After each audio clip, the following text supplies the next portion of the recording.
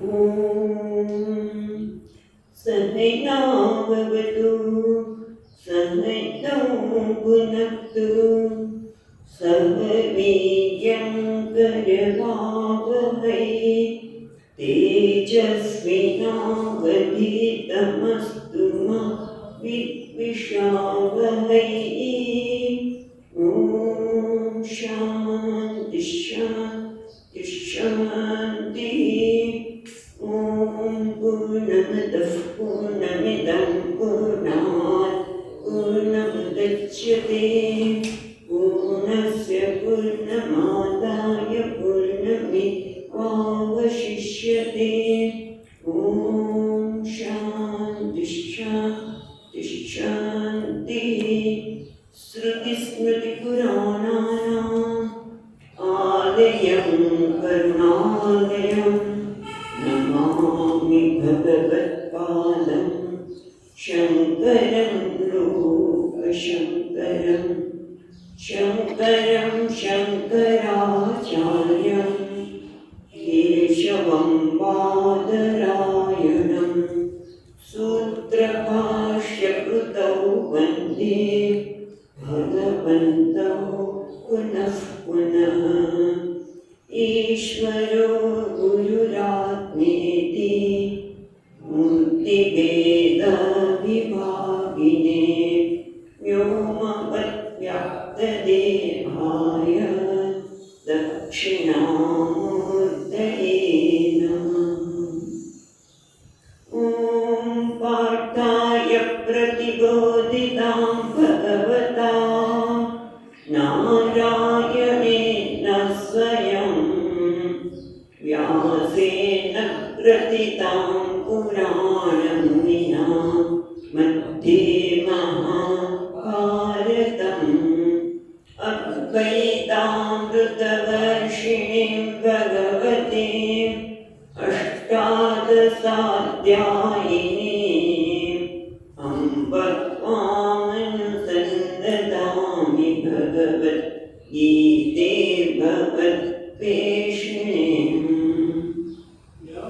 यं ब्रह्मा वरुणेन्द्ररुद्रमरुतः स्तुन्वन्ति दिव्यैस्तवैः वेदैः साङ्गपदक्रमोपनिषदैः गायन्ति यं सामगाः।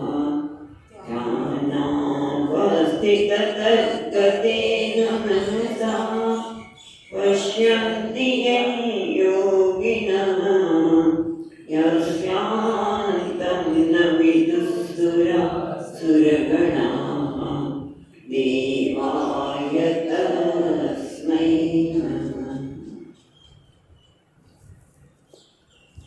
18मो अध्याय।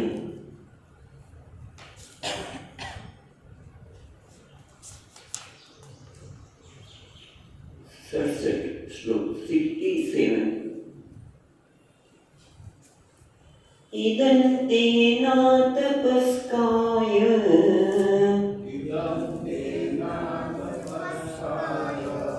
न भक्ताय कदाचन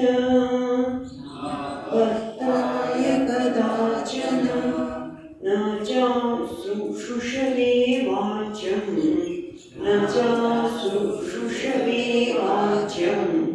न च मां योऽभ्यसूयते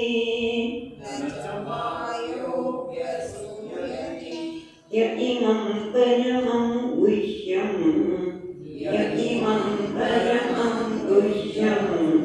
मद्भक्तेष्वभिधास्यति भक्तिं मयिं परां कृत्वा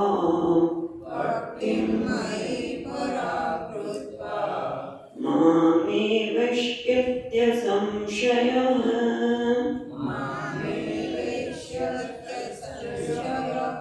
न च तस्मात् मनुष्येषु कश्चिन्मे प्रियकृत्तमः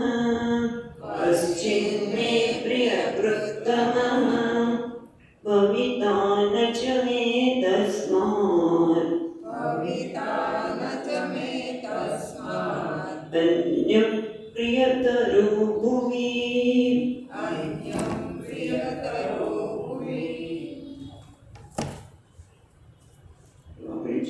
પછી એ પ્રમાણે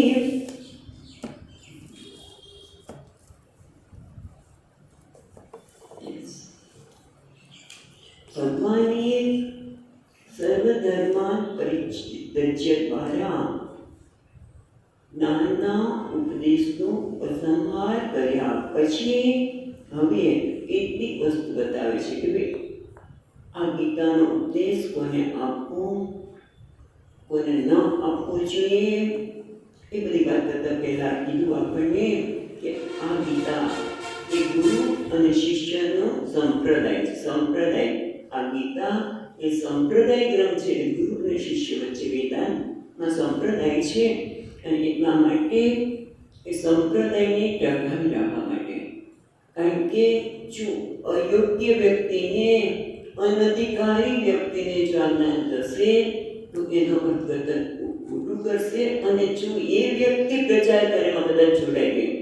જેમ કોણ આપણે ઇન્દ્રને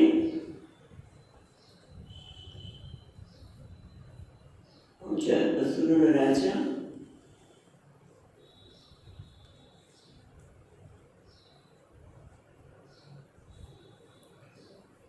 એને યાદ નથી આવતું.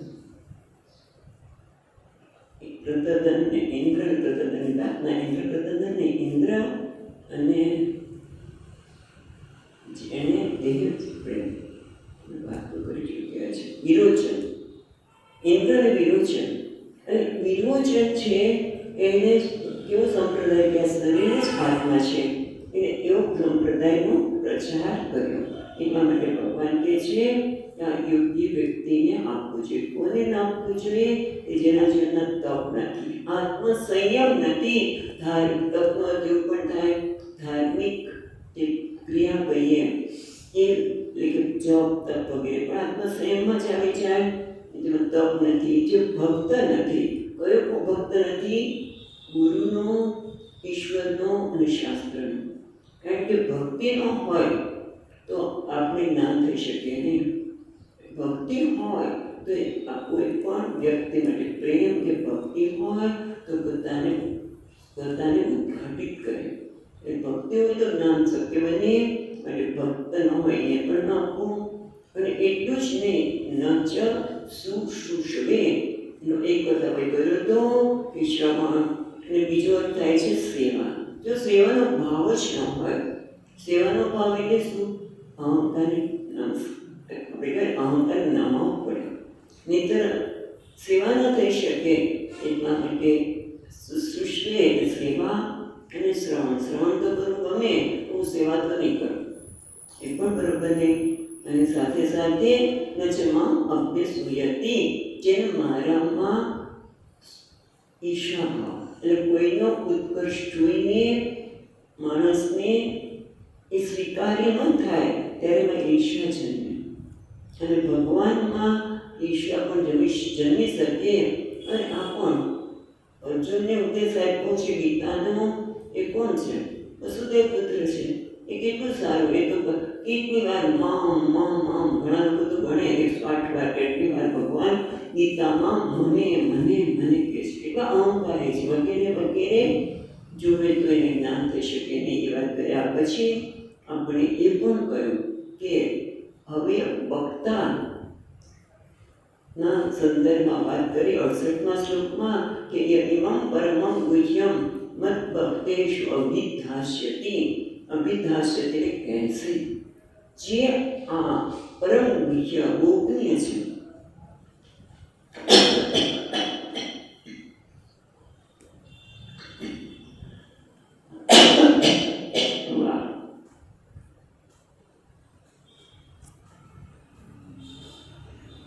પરમ ગોપનીય છે. કર્મ પણ ગોપનીય છે. આમ તો હમણાં જોઈશું ત્યારે એ અને આ જ્ઞાન એ પણ રહસ્ય છે, ગોપનીય છે, મૂલ્યવાન છે. એ જ્ઞાન જે બીજાને આપશે, પણ કેવી રીતે આપશે? ભક્તિમય પરામ કૃપા, મારા માટે પરમ ભક્તિ, એટલે ભગવાન માટે હું જે કંઈ જ્ઞાન બીજાને આપી રહ્યો છું એ દ્વારા હું ભગવાનની ભક્તિ કરી રહ્યો છું. ખ્યાલ આવે છે?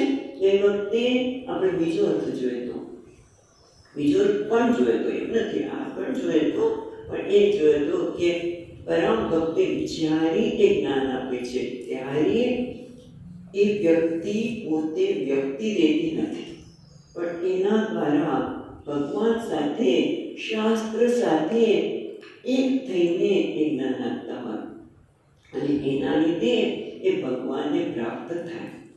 બીજો અર્થ અહીંયા આપણે એ પણ જોઈએ કે જ્યારે એ જ્ઞાન આપે છે ત્યારે એને લાગે છે કે આ ભગવાનની ભક્તિ કર્યો છું, આ ભગવાને જે જ્ઞાન આપ્યું છે હું બીજા દ્વારા પહોંચાડીને એમની જ ભક્તિ કર્યો છું. નહીં કે એ દ્વારા ભક્તાએ કંઈક મેળવવાનું હોય, કારણ કે વાહવા મેળવવાની હોય. હા, કેવું સુંદર ગીતા પર પ્રવચન કરે છે. હું મોટો કે મોટી ગીતાની પ્રવક્તા છું એવો કોઈ ભાવ ન હોય. બસ એક જ છે કે આ જ્ઞાન મળ્યું છે, મને ફાયદો થયો, હું બીજા સુધી પહોંચ્યા. એ દ્વારા ભગવાન પણ એ જ ઈચ્છે છે ને કે જેથી લોકોનું કલ્યાણ થાય. અર્જુનને ઉપદેશ આપીને પણ એ જ ભાવ હતો, નથી દુર્યોધન આપ્યો, પણ એટલા માટે કે આ જ્ઞાનનો પ્રચાર થાય, લોકોનું કલ્યાણ થાય અને એ રીતે વક્તાને પણ થાય કે મને ફાયદો થયો, મારું કલ્યાણ થયું, તો હું પણ બીજાનું કલ્યાણ થાય. એ સિવાય બીજાનું કોઈ એજન્ડા ના હોય અને ફક્ત એ જ હોય કે દ્વારા ભગવાનની ભક્તિ કરું છું. તો પછી માત્ર સારા લગ્ન કે મારી કૃપાથી એ વક્તા પણ મને પ્રાપ્ત થશે, એમાં કોઈ શંકા રાખવાની જરૂર નથી.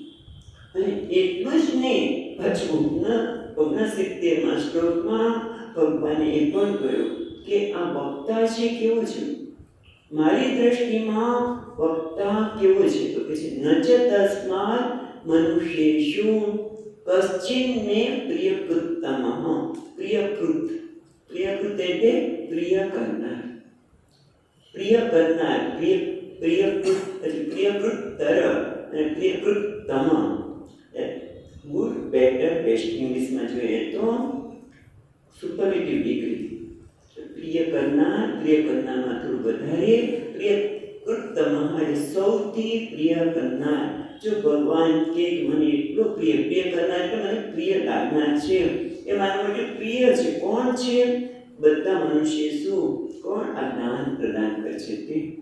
આ જ્ઞાનનું પ્રદાન કરે છે, કોઈ પણ પ્રકારના બીજા એજન્ડા વગર એ આ જ્ઞાન પ્રદાન કરે છે. એ ખરેખર મને અતિ પ્રિય છે. ત્યાં એક આનંદગીરી મહારાજ પ્રશ્ન કરે છે કે નનુ સર્વેષાં મુક્તિ સાધનાનાં ધ્યાનસ્ય શ્રેષ્ઠત્વાत् તન્નિષ્ઠસ્ય મુમુક્ષોઃ નાસ્તિ વિદ્યા સંપ્રદાને પ્રવૃત્તિ. જેને તમે આ તો બહુ સ્પષ્ટ છે કે મુક્તિનું સાધન તો ધ્યાન છે, ધ્યાનથી જ મુક્તિ પ્રાપ્ત થાય એવું માનનાર છે. એવું જે જ્ઞાનમાં નિષ્ઠ હોય એ શું કામ બીજાને જ્ઞાન આપે? બીજાને પ્રદાન કરવાની આવશ્યકતા શું છે ને? એટલે વિદ્યા પ્રદાને ન પ્રવૃત્તિ, એ તો વિદ્યા પ્રદાન કરવામાં પ્રવૃત્તિ કરશે ને. તો અહીંયા એ પણ અર્થ થાય છે કે ધ્યાન.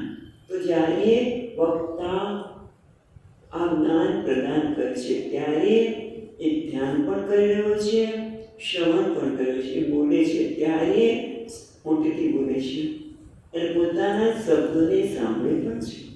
અને મહત્વનું તો એ છે કે ગીતા શાસ્ત્રનો વિષય છે ભગવાન, અને ભગવાનના વિશે જ્યારે બોલે છે ત્યારે એની સાથે સાથે ધ્યાન પણ થઈ રહ્યું છે. એ અલગથી એને ધ્યાન કરવાની પણ આવશ્યકતા નથી. કારણ કે આ પ્રશ્ન થયો તો કે ભાઈ ધ્યાન કરવાની આવશ્યકતા જ નથી. એટલા માટે તસ્માત વિદ્યા સંપ્રદાય કરતું, એટલા માટે વિદ્યાનો જે સંપ્રદાય છે એના કરનાર જેવો બીજો કોઈ મને પ્રિય નથી. અને એટલું જ નહીં, ભવિતાન ચ મે તસ્માત અન્ય પ્રિયતરું ભૂમિ. આનો આના કરતાં વધારે પ્રિય કોઈ બીજો લાગશે એવું પણ બનવાનું નથી, અત્યારે પણ નથી અને ભવિષ્યમાં પણ આનાથી વધારે પ્રિય કરનાર બીજો હશે એવું શક્ય બનવાનું નથી. આમ વક્તાની પ્રશંસા કરી, જ્ઞાનને આપવા માટે પ્રેરણા કરી એવું પણ કહી શકાય. હવે જે સાંભળનાર છે શ્રોતુઓ, આ સંપ્રદાયના ફળની વાત કરી. સવક્તા વિષ્ણુ ઇત્યુક્ત્વા, કારણ કે વક્તા મને પ્રાપ્ત કરશે આગળ વાત કરી એટલે કે વિષ્ણુ જ છે, એટલે કે વિશ્વાધિદૈવતમ એ વાત કર્યા પછી હવે શાસ્ત્રનું જે અધ્યયન કરે છે એ કેવો છે સાંભળનાર. તો એના માટે પછીના શ્લોકમાં કહે છે 70 બરાબર. યજ્ઞક્ષેત્રે ચ ઇમં ધર્મં સંપાદમાવયોઃ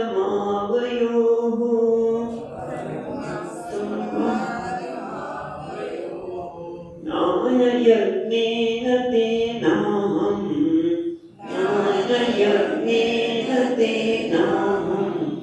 ઇષ્ટસ્યામિતિ મે મતિઃ.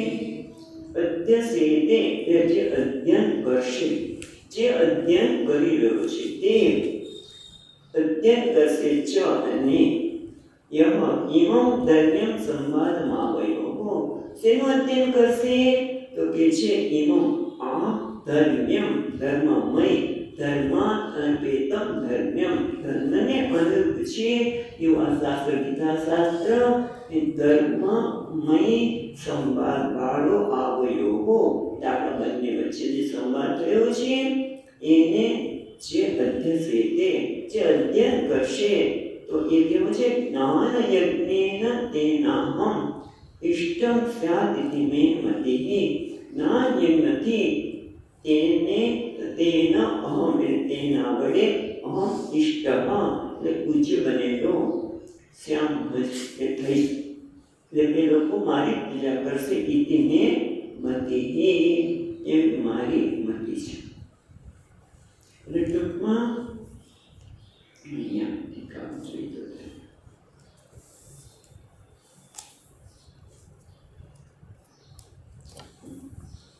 અધ્યસેતે ચ ઇમં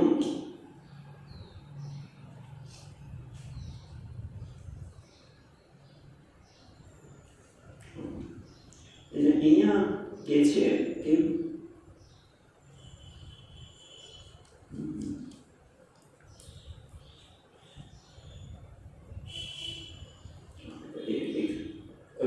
ઉપસિદ્ધના શ્લોકમાં નીલકંઠજી કહે છે અનિચ્છનાભિ સંસ્પૃષ્ટ દહતિ એવ પાપો ન ચ ભૂમિ તે તસ્માન. આપણે કીધું આગળના શ્લોકમાં જે પ્રિય તરફ કીધું તો કે કારણ કે જે તમે ખબર ન હોય તમે અગ્નિને સ્પર્શ કરો તો દળી બળી જાઓ, એવી રીતે તમે આ જ્ઞાન પ્રદાન કરો તો તમે હંમેશા તારું કલ્યાણ પ્રિય થવાનું છે. ગયા પછી આપણે અધ્યસેતની વાત કરીએ તો જે સંવાદ સાંભળ્યો છે આ વયોગો આપણા બંને વચ્ચેનો જે સંવાદ છે ધર્મ્યમ એટલે ધર્મ્યાત અનપેતમ ધર્મને ખ્યાલ રાખીને કયો ધર્મ તો કે જે ધારણ કરે એ ધર્મ. ધર્મ એટલે જે ધારણ કરે એ ધર્મ. અને આ જગતને કોણ ધારણ કરે છે તો કે જગતના બધા જ પદાર્થોને કોણ ધારણ કરે છે કોઈ પણ નામ. તો આ એક જરા આ પુસ્તક છે ચાલો તો પુસ્તક એટલે પુસ્તકને ધારણ કોણ છે પુસ્તક છે અસ્થિ ભાતિ છે ભાષે છે અને ક્રિય છે. દરેક પદાર્થને ધારણ કરનાર કોણ છે તો કે છે અસ્થિ ભાતિ પેય. અને અસ્થિ ભાતિ પેય એટલે કોણ છે અસ્થિ ભાતિ પેય એટલે સચ્ચિત આનંદ. પરમાત્મા જ આને ધારણ કરે છે બરાબર ને. પરમાત્મા જ આ બધાને ધારણ કરે છે એ ધર્મ. અને કેટલાક લોકો એવું પણ કહેતા મહાત્મા કે ગીતા શાસ્ત્રનો વિષય છે ધર્મ. કેવી રીતે? તો કે ભગવદ્ ગીતાના પહેલો અધ્યાયનો પહેલો શ્લોક શું છે? ધૃતરાષ્ટ્ર વાચે ધર્મ ક્ષેત્રે કુરુક્ષેત્રે. તો શરૂઆત ક્યાં થાય છે? ધર્મ ક્ષેત્રે ધર્મ. અને 18મા અધ્યાયનો છેલ્લો શ્લોક શું છે, જે આપણે વારંવાર 3 વખત રિપીટ કરીએ છીએ? શું છે? જો યાદ કરો. યત્ર યોગેશ્વર કૃષ્ણ યત્ર પાર્થો ધનુર્ધરઃ તત્ર શ્રી વિજયો ભૂતિ ધ્રુવાનીતિ મમ. છેલ્લો શબ્દ છે મમ. એટલે પહેલો શબ્દ છે ધર્મ ગીતાના પ્રારંભમાં, અને છેલ્લો શબ્દ છે મમ. એટલે મમ ધર્મ એ મારો ધર્મ છે. એટલે ગીતા છે એ મારા ધર્મની વાત કરે છે. એટલા માટે ધર્મ્યમ એટલે આ જે આપણા બંને વચ્ચેના ધર્મ એટલે કે જે સચ્ચિદાનંદ પરમાત્મા ધારણ કરે છે, અને એની જ વાત કરે છે ભગવદ્ ગીતા. એટલું જ નહીં, આ સંવાદમાં પહેલા તો સચ્ચિદાનંદ પરમાત્મા એ તું છે એ મુખ્ય વિષય છે. સાથે સાથે બીજું પણ છે. શું છે આ ગીતામાં? મૂલ્યો, નિયમ, સદાચાર, અહિંસા, બરાબર, અમાનિત્વમ, અધમ્બિત્વમ, એની પણ વાત કરીએ. પણ ધર્મ છે, મુખ્ય ધર્મ છે પરમાત્મા, એનો વિષય છે. બીજું છે નિયમ, સદાચાર, અને ત્રીજું પણ છે શું છે? કર્તવ્ય કર્મ. કર્મણ્ય વાધિકારસ્તે મા ફલેષુ કદાચન. મુખ્ય વાત થાય છે ને કે કર્તવ્ય કર્મ તારે સારી રીતે કરવું જોઈએ. કેવી રીતે કરવું જોઈએ એનું પણ જ્ઞાન આપવામાં આવે છે. એટલે એ પણ ધર્મ. આ મારા અને તારા વિશે જે સંવાદ છે એ સંવાદ એટલે કે ધર્મ. અને આમાં 2 ધર્મની વાત કરી. એક સાધ્ય પરમાત્મા, એ આપણા માટે સાધ્ય છે પરમાત્માની પ્રાપ્તિ. અને પ્રાપ્તિ માટે શું છે? ઓમ ઇતિ ઓમ તત્સત ઇતિ શ્રીમદ્ ભગવદ્ ગીતા છે. ગીતાસુ ઉપનિષત્સુ બ્રહ્મ વિદ્યાયામ યોગ શાસ્ત્રે. એટલે બ્રહ્મ વિદ્યા એ મુખ્ય ધર્મ, એના માટે સાધન છે યોગ શાસ્ત્ર, એ પણ ધર્મ છે. એટલે એક સાધ્ય ધર્મ, એક સાધન ધર્મ.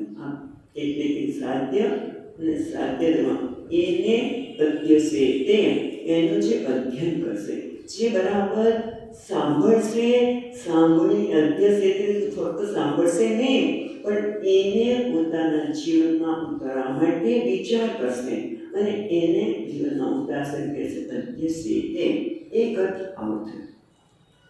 તો એ મને એ કેવો છે? મારા ધર્મ. આ જે અધ્યસે તે જ ધર્મ, જે મારા આ સંવાદ ગીતાનો છે એનું અધ્યયન કરશે. એ કેવો છે? એ ખરેખર જ્ઞાને જ કરી રહ્યો છે. અને તેના લીધે હું મારા માટે ઇષ્ટમ સ્યાત, એ મારા માટે પ્રિય બનશે. ઇષ્ટ એટલે પૂજા બની જશે. અને પૂજાનું ફળ તો મહાન હોય. એટલે શ્યામ વિદ્યને મતે. હજી આગળ કહેવાના છે આનું જ ફળ. અને એટલા માટે એક અર્થ કે જે આ સાંભળશે, એનું અનુસંધાન કરશે, એ મારી ખરેખર પૂજા જ કરે છે. બીજી બધી કઈ પૂજા નહીં કરે તો ચાલશે. એ જ્ઞાન યજ્ઞ છે. અને જ્ઞાન યજ્ઞ કેવો છે? શ્રેષ્ઠ છે. કારણ કે આપણે યાદ છે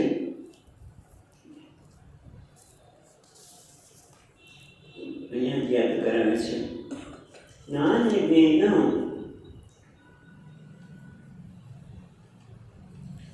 ગીતામાં જ્ઞાન યજ્ઞ માટે કહ્યું છે ને, જ્ઞાનાગ્નિ સર્વકર્માણિ ભસ્મસાત કુરુતે. જ્ઞાન યજ્ઞ જેવું કોઈ યજ્ઞ નથી. અને ચોથા અધ્યાયમાં યાદ આવતો હોય તો દ્રવ્ય જ્ઞાન મયાધ્યજ્ઞાન જ્ઞાન યજ્ઞ પરમ તપ. બધા દ્રવ્ય યજ્ઞ કરતા જ્ઞાન યજ્ઞ એ શ્રેષ્ઠ છે. એટલે આ જ્ઞાન યજ્ઞ થયેલો છે. હવે જરા જુદે ભગવાન શંકરાચાર્ય પણ કહે છે કે શું કે અધ્યસે તે એટલે અધ્યયન કરવું એક અર્થ થાય. અધ્યસે એટલે વારંવાર અધ્યયન કરવું, વારંવાર એને રિપીટ કરવું. અધ્યસે તે એટલે ફક્ત એનું રિપીટ કરો, એને ખાલી પાઠ કરો. અર્થની પણ ખબર ન હોય, ફક્ત તમે એનો પાઠ કરો તો પણ જેમ, અને એટલે કે એનો જપ આમ જોવા જઈએ તો પાઠ કરો, જપ કરો, અને તો પણ શું થાય છે? યજ્ઞ જ છે. કેમ? જપ યજ્ઞ કેવી રીતે છે? યજ્ઞાના જપ યજ્ઞોસ્મિ.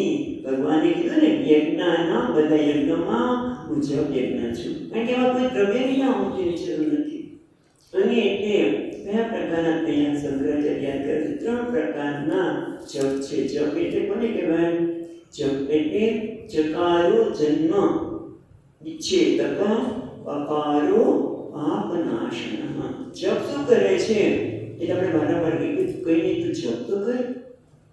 એક શબ્દ ભગવાનના નામનો જપ કર. એ શું કરશે? પકાર પાપનાશનમ.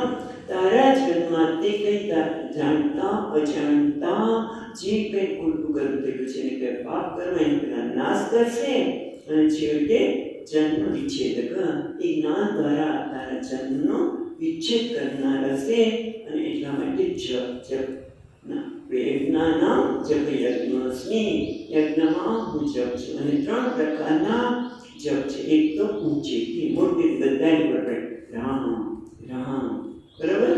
ઓમ નમઃ શિવાય બધાય સાંભળે. હું બોલું છું, બીજા સાંભળે. ઊંચે જપ, ગાયત્રી મંત્ર. અથવા તો એનાથી પણ શ્રેષ્ઠ છે ધ્રાક, ઉપાંશુ જપ. એટલે ફક્ત આપણા હોઠ પકડતા હોય, આપણે જ સાંભળતા હોઈએ, એ એનાથી સરસ છે.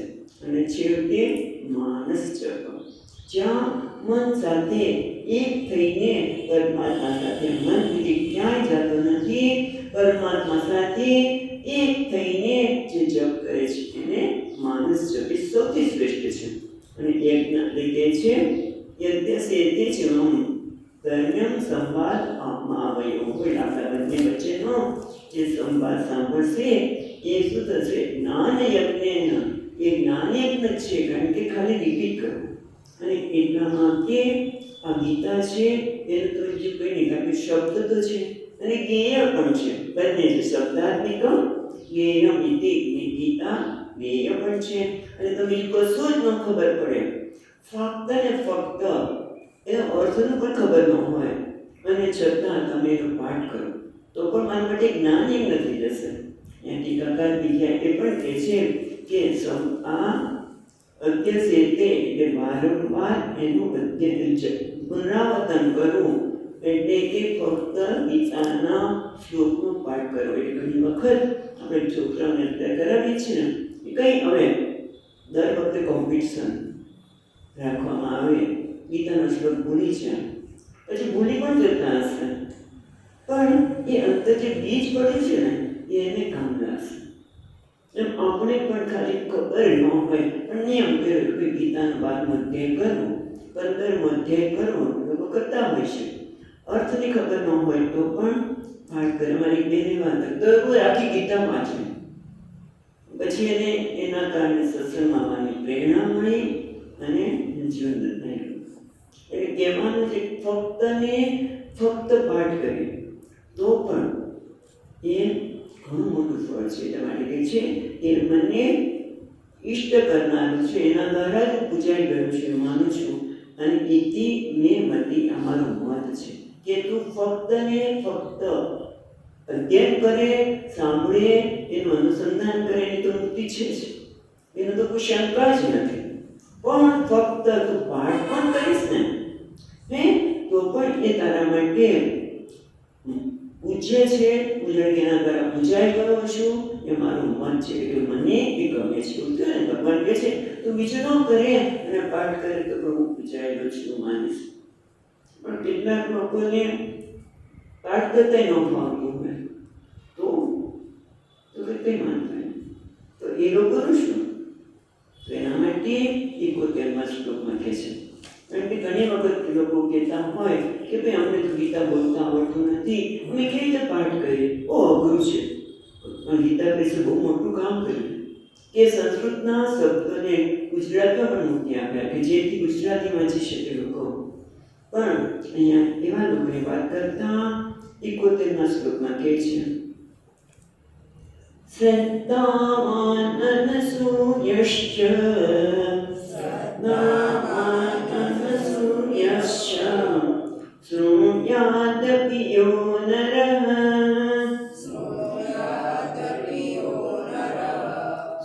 વિમુક્ત શુભાન લોકાન વિમુક્ત શુભાન લોકાન પ્રાપ્નુયાત પુણ્ય કર્મણામ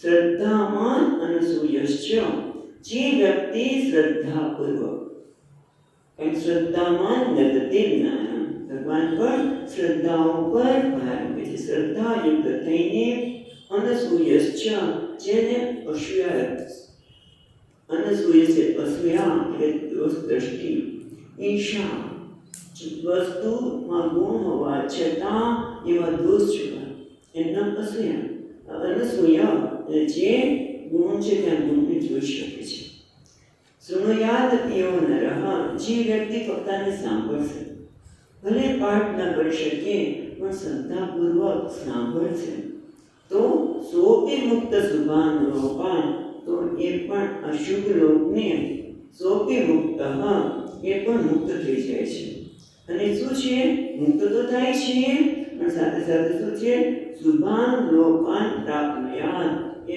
શુભ લોકોને એ શુભ લોકની મૃત્યુ પછી એ શુભ લોકને પ્રાપ્ત કરે છે આ લોકમાં પણ શુભને પ્રાપ્ત કરે છે એવું કહી શકાય કારણ કે પુણ્ય કર્મણા આ પુણ્ય કર્મ કરનાર છે ઉત્તમ કર્મ કરનાર છે પુણ્ય કર્મણા પુણ્ય કર્મ છે અથવા તો બીજો અર્થ કરે છે ઉત્તમ કર્મ કરનાર એટલે કે શ્રદ્ધાયુક્ત અને દોષરહિત દ્રષ્ટિથી જે મનુષ્ય કેવળ સાંભળશે તો પણ તે મુક્ત થઈને ઉત્તમ કર્મ કરનારાઓ જે સુખ લોકને પ્રાપ્ત કરે છે એ એને પ્રાપ્ત થશે ઘણી મોટી વાત ભગવાને અહીંયા આપણને કહ્યું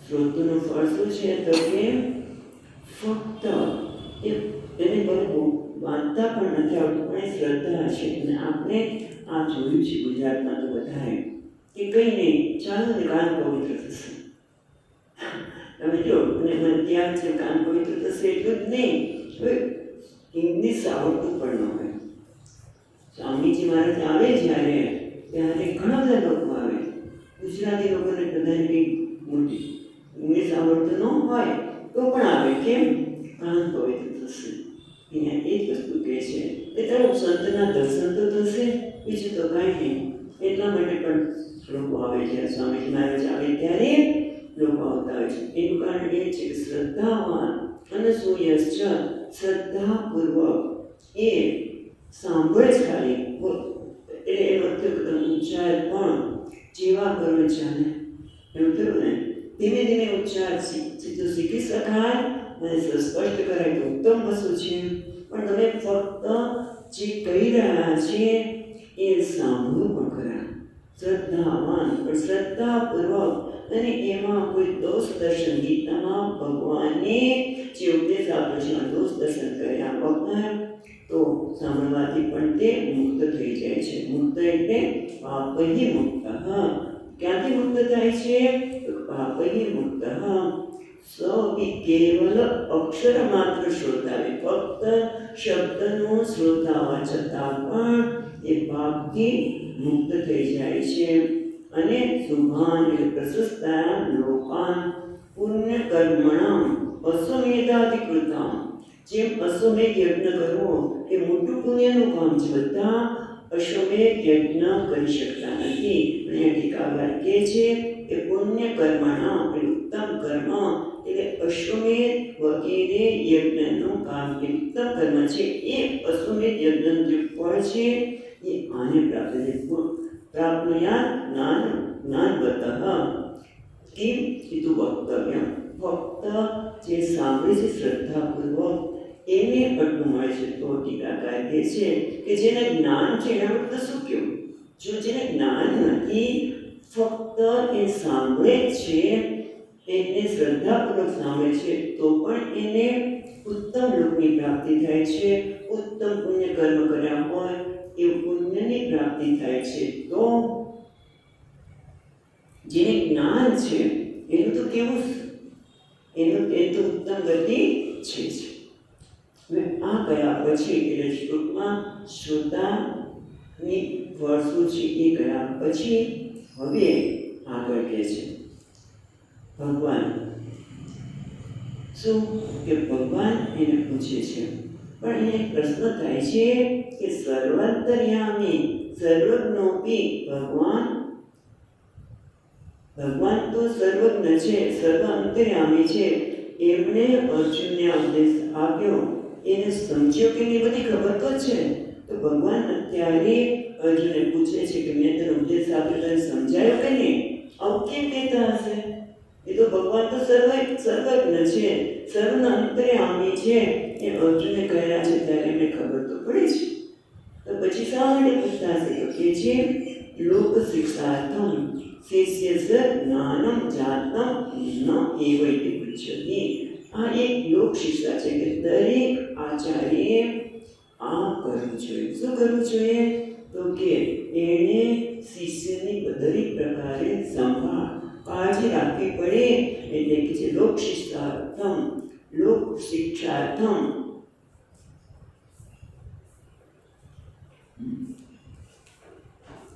લોક શિક્ષાર્થમ લોકોને જ્ઞાન આપવા માટે. ભગવાનને તો ખબર છે, પણ ભગવાન એટલા માટે પૂછે છે કે જેથી જે આચાર્ય છે એને પણ આ પ્રકાર જે આ જ્ઞાન પ્રદાન કર્યો છે તે વક્તાએ પણ આ પ્રકારની મનોવૃત્તિ રાખવી જોઈએ. એના માટે 72મા શ્લોકમાં કહે છે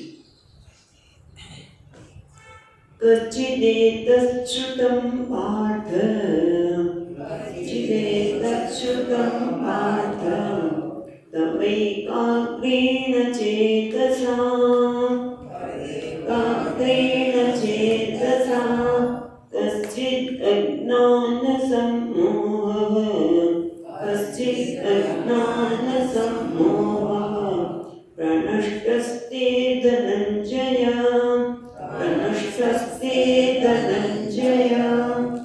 ભગવાન કહે છે કશ્ચિદ એતચ્યુતં પાર્થમ. પહેલા તો અમારા આ ધર્મનું સંવાદ જે સાંભળશે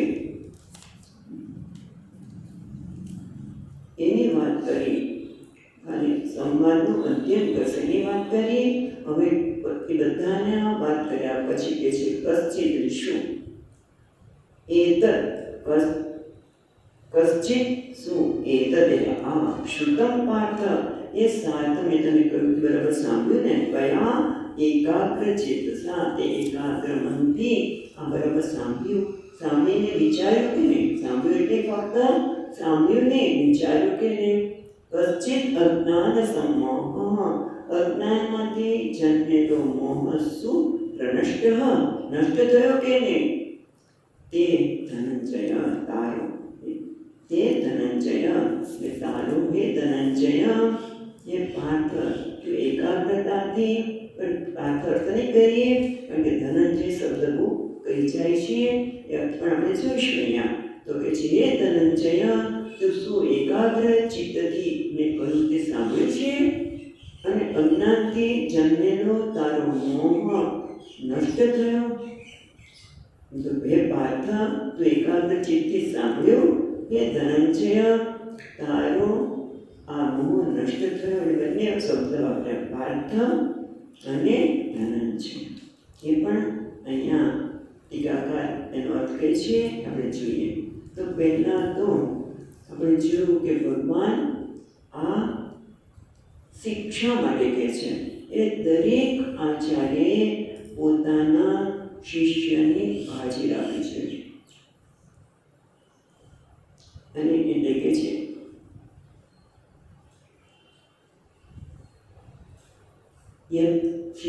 ગુરુજીએ યત્નથી એટલે કે છે શિષ્ય છે શાસ્ત્ર ગ્રહણ અગ્રહણ વિવેક ઉત્પાદ. શિષ્યએ આ શાસ્ત્રનું જ્ઞાન પ્રાપ્ત કર્યું કે ન પ્રાપ્ત કર્યું, અને કદાચ એમ કે મને હજી બરોબર સમજાયું નથી, તો શું કરવું જોઈએ? તો કે પુનઃ ગ્રહાયિષ્યામિ. તો એટલા માટે ગુરુજી પૂછે છે કે ભાઈ તે સાંભળ્યું કે નહીં, સમજાયું કે નહીં? ના, મને નથી સમજાયું. જો એવું કે તો પુનર્ગ્રહાસ્યામિ, હું એને ફરીવાર કહીશ. કેવી રીતે કહીશ? અર્થાંતરમ, બીજી રીતે.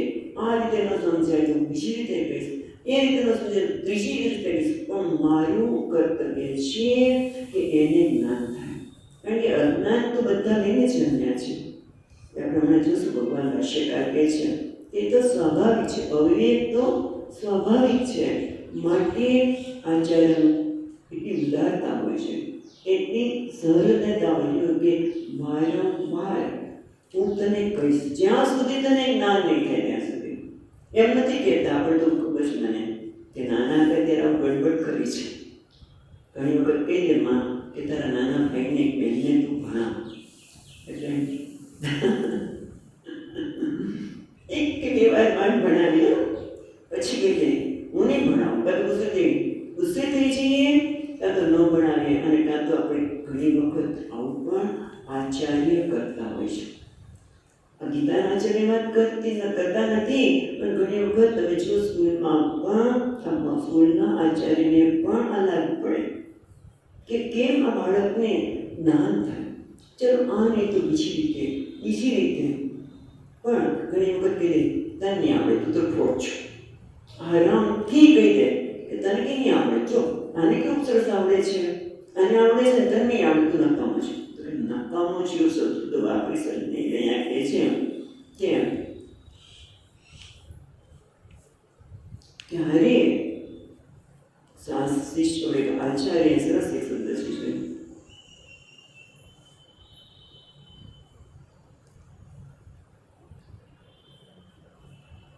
ગુરુનો ધર્મ શું છે એ બતાવતા કહે છે કે એને ક્યારે એમનો તિરસ્કાર ન કરવો જોઈએ, એના માટે અવહેલના ન કરવી જોઈએ કે તને નહીં આવડે, તું તારે શીખવું તો શીખ. બસ મેં તો તને કહી દીધું, આટલા વખતથી તને કહું છું, હવે તને ન આવડે તો મારું વાત છે. એટલે તારે જ્યાં જુએ ના, ત્યારે તું જ્યાં જુએ ત્યાં તને કેમ નથી ખબર પડતી એ તને એટલી વખત કીધું ના.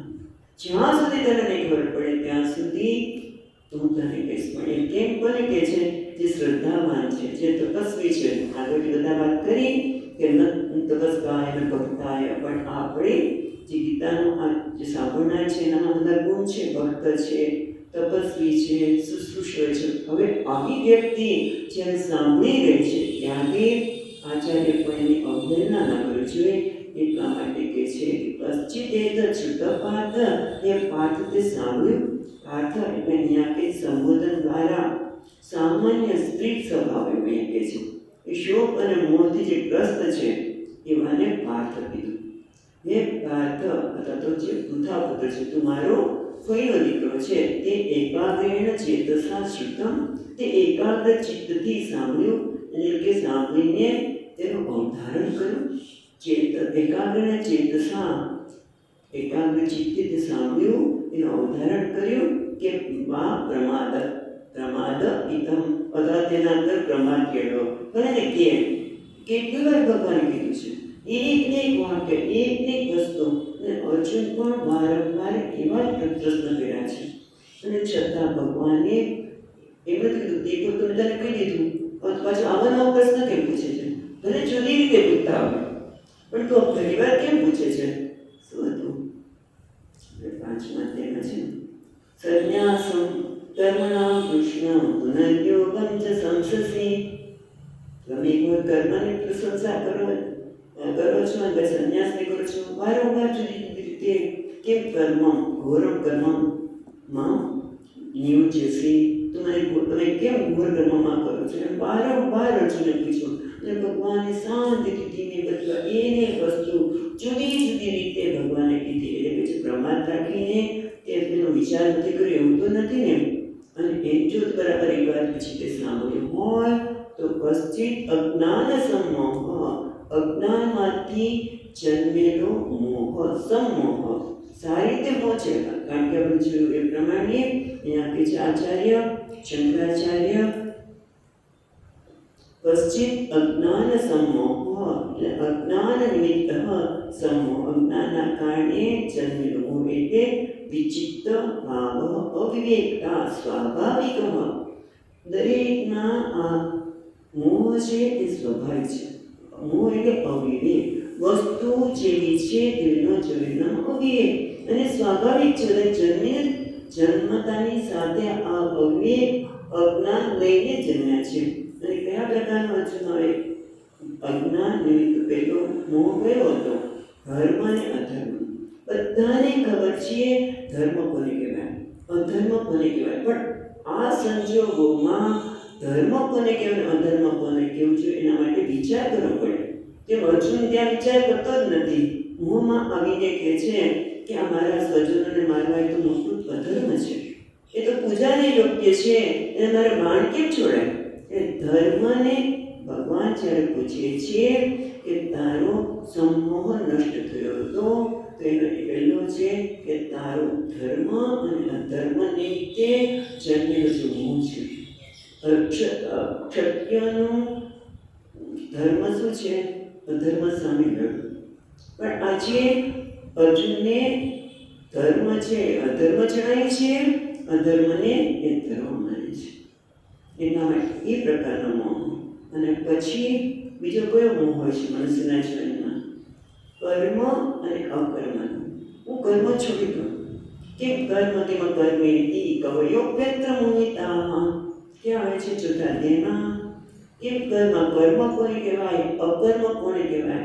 કર્મણી અકર્મયમ પશ્યેત.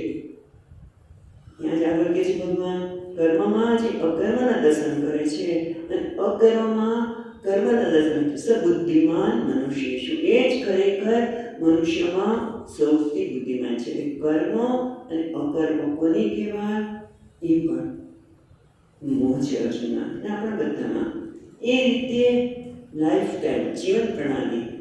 ભગવાન હું તો સંન્યાસી બની જવા માંગુ છું, તો ભગવાન ત્રીજા અધ્યાયમાં ત્રીજું શ્લોક શું છે? જો જરા યાદ આવે, ગીતા ચોપડી લઈ બેઠા છે, જો શ્લોકનો નંબર પણ કહી દીધો.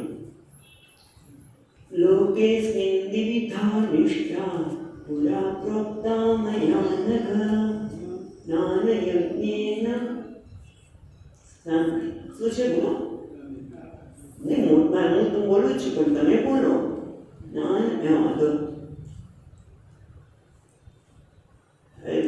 બોલવાનું શરૂ કર્યું એટલે તમે કોઈ જુવાન છોકરી ખોલવાની બંધ કરી દીધી, એવું નહીં. પછી શું છે?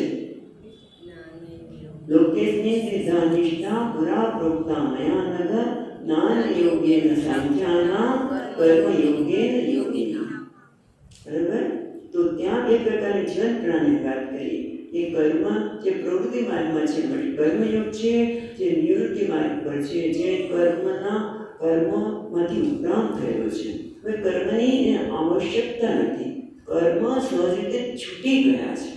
અથવા તો જે જીવનનું ધ્યેય સ્પષ્ટ બની ગયું છે, વૈરાગ્ય જન્મ છે, એટલે કે જે વિવિધતા સંન્યાસી છે, એના માટે નિવૃત્તિ માર્ગ છે. એટલે એ પ્રકારનું પણ મોહ, કારણ કે અર્જુન વારંવાર કહે છે તું સંન્યાસ દીક્ષાચર્યમ ચરંતી, હું દીક્ષાચર્ય એટલે સંન્યાસી બની જવા માંગુ છું. એટલે આ પ્રકારનો મોહ પણ અર્જુનમાં રહેલો છે. અને પાછું આપણે જોયું એમ કર્મ કરતાં જ્ઞાન શ્રેષ્ઠ છે કે કર્મ કરતાં જ્ઞાન શ્રેષ્ઠ છે કે જ્ઞાન કર્મ કરતાં શ્રેષ્ઠ છે? એટલે ટૂંકમાં આ બધી જ પ્રકારના મોહ છે એ અર્જુનમાં જન્મેલા છે. એટલા માટે ભગવાન કહે છે પ્રણષ્ટસ્તે ધનંજય, હે ધનંજય આ તારો મોહ દૂર થયો. કરી પેલા પાર્થ કયો, પછી બીજી લીટીમાં કહે છે ધનંજય, તું બુદ્ધા પુત્ર છે. કારણ કે આ અર્થ બરોબર મને પૂછતો નથી, શ્રી સ્વભાવ શોકમાં વાળો. પણ ધનંજય કહે છે ધનંજય, તું છે જય. અને જય પણ ભગવાનનું નામ છે. જય આપણે બોલીએ છીએ ને નારાયણ નમસ્કૃત્વા. શું બોલીએ છીએ? નારાયણ નારાયણ નમસ્કૃતા નરમ ચ નરોત્તમમ દેવીમ સરસ્વતીમ વ્યાસમ તતો જય મુનિને. જય એટલે નારાયણ પરમાત્મા. અને ધનંજય એ ભગવાનનો જ બીજો અવતાર છે. ધનંજય સંબોધ્યન ઇતિ તે મોહ પ્રનષ્ટ તર્હિ ધનંજય ભવ. તું ધનંજય બન. એટલે કે જેણે આમ તો ધનંજયનો સામાન્ય અર્થ એવો કહેવામાં આવ્યો કે જ્યારે રાજસૂય યજ્ઞ કરવો હતો ત્યારે જે ઇન્દ્રપ્રસ્થની રચના થઈ ત્યારે ધન તો હતું ને, ત્યારે એને ઘણું બધું ધનનું અર્જન કર્યું હતું. માટે ધનંજય કહે છે. પણ અહીંયા ગીતા શાસ્ત્રની અર્થમાં ધનંજય કે જે ધન એટલે કે આંતરિક સંપત્તિનો માલિક છે. એટલું જ નહીં, એનું ગુઢાર્થ સંધિ એ છે કે વીરો અનંત ધનંજય. ધનંજય શબ્દ દ્વારા પોતે સ્વનામ સંબોધન, ભગવાન પોતાને જ સંબોધન કરે છે. હું ને તું જુદા નથી, માટે તને જરૂર આ જ્ઞાન થયું હશે, જરૂર તારો મોહ નષ્ટ થયો હશે. પણ દાખલા તરીકે અર્જુન ફરીવાર એવું કે આટલું પૂછ્યા પછી અર્જુન જવાબ આપે છે, પણ જો કદાચ એમ કે ના ભગવાન મારો મોહ નષ્ટ થયો નથી, હજી તો મને આ સંન્યાસમ કર્મણામ કૃષ્ણ પુનર્યોગમ ચ સંસસી એતયોરેકમ તન્મે બ્રૂહિ સુનિશ્ચિતમ. જે 5મા અધ્યાયમાં કહ્યું કે ફરીવાર કદાચ અર્જુન કહે તો શું કહેશે ભગવાન? ત્યાં સુધી વાત કરીશું કઈ છે પાંચીમાં એથી તેલ નાખ્યું છે તો કઈ અસર ન થઈ. આપણે ઘણી વખત અકળાઈ જઈએ ત્યારે આવા શબ્દો કપડાઈ ગયા એવું નથી કહેતા. તો ભગવાન કદાચ ફરી વાર આ જ્ઞાન આપ્યું પણ એવું બન્યું નથી. તો શું થાય છે આપણે જોઈએ. શ્લોક વાંચીએ 73. અર્જુન ઉવાચ નષ્ટો મોહસ્મૃતિ લબ્ધ્વા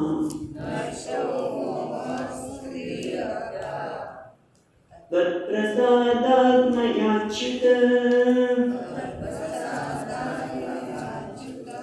તિતોસ્મિ ગત સંદેહઃ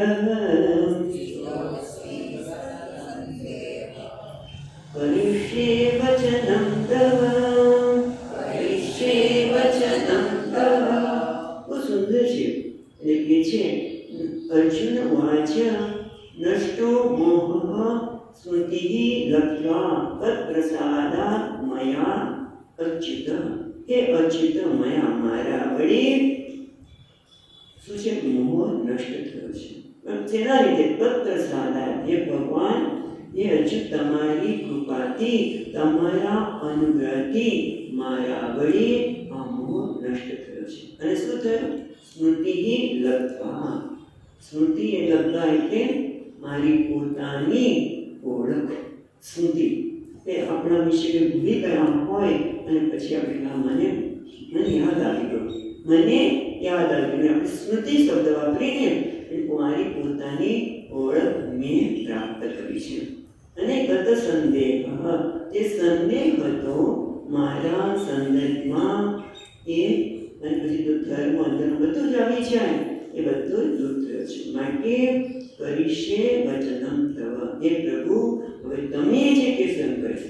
અત્યાર સુધી મારો અહંકાર કહેતો હતો, ભગવાનને કહે છે. અર્જુન કહે છે અત્યાર સુધી હું એ માનતો હતો કે હું લડી રહ્યો છું, પણ હવે મને ખબર પડે છે કે ખરેખર લડી રહ્યો નથી. જો જ્ઞાન થઈ ગયું હોય તો વાત છે નહીં, પણ જો કદાચ જ્ઞાન ન થયું હોય તો પણ ભગવાને કહ્યું ને કે બે વસ્તુ કીધી ભગવાને, માટે પણ તમારું વચન કરે. શું કીધું ભગવાને?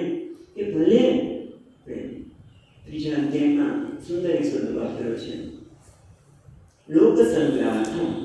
અર્જુન કહે નહીં તો લોક, જો તને જ્ઞાન થઈ ગયું હોય તો પણ લોક સંગ્રહાર્થમ, લોકોના કલ્યાણ માટે પણ તારી જરૂર છે. એટલે અથવા તો નિમિત્ત માત્ર ભવ સભ્ય સાચી. ભલે મારે કંઈ બધાને મારી નાખ્યા છે, તું તો નિમિત્ત બને છે. જો જ્ઞાન ન થયું હોય તો, અને જ્ઞાન થઈ ગયું હોય તો, કારણ કે હું કરનાર જ નથી. હવે મારા આ સંજોગોમાં મારા પ્રારંભ પ્રમાણે જે આ દરેકનું પ્રારંભ જતું હોય છે, જે તે સંજોગોમાં એટલે જે પ્રાર્થ પ્રમાણે આવ્યું કોઈ માણસે કરવું પડે, પણ ક્યારે કરી શકે કે જ્યારે પોતાનામાં એક કર્તૃત્વ ભાવ ન હોય. કર્તૃત્વ ભાવ ક્યારે ન હોય? જ્યારે અજ્ઞાનમાંથી ઉત્પન્ન થયેલો મોહ છે નષ્ટ થયો હોય. નષ્ટો મોહ છે જે અજ્ઞાનકૃત છે એમાંથી નષ્ટ થયો હોય તો જ પોતાની ઓળખ પાછી મળે કે હું તો અકર્તા આત્મા છું, હું તો પૂર્ણ છું, મારે કંઈ મેળવવાનું હવે બાકી રહ્યું નથી. આત્મા જ્ઞાન વાપ્તમ વાપ્તવ્યમ વર્તૈવ ચ કર્મણિ.